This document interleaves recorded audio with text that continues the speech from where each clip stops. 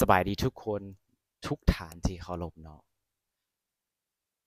มื้อนี้ข้อยจะมาบอกถึงแรงจูงใจที่ข้อยอัดคลิปเนาะ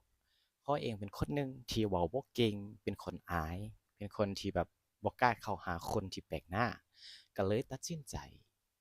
อยากพัฒนาในด้านการเว้าซึ่งว่าวิธีของข้อยก็คือการอัดคลิปต่อหน้ากล้องก็เลยตัดสินใจมาลองอัดคลิปซะให้เฮากล้าเว้าขึ้น กล้าแสดงออกประมาณนี้เวลาเฮาเว้ากับคนหลายๆหรือว่ากับคนแปลกหน้าเพื่อบ่ให้มันเพื่อบ่เฮ็ดให้เฮาอายหั้นนะประมาณนี้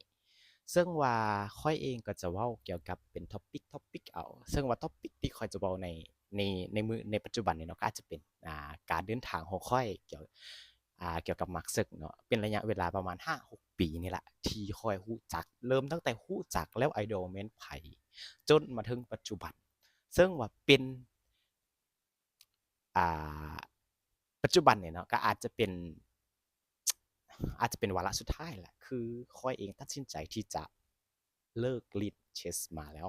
เพื่อเพื่อจะกลับมาเฮ็ดในบางสิ่งบางอย่างแต่ว่าในอนาคตเนาะข้อยเองก็จะกลับมาคือเก่าแต่ว่าบ่ฮู้ว่ามันจะกลับมาในฐานะใดอาจจะเป็นฐานะผู้ปกครองบ่หรือว่าฐานะนักเล่นก็ฝากติดตามกันไปเรื่อยๆเนาะขอขอบใจ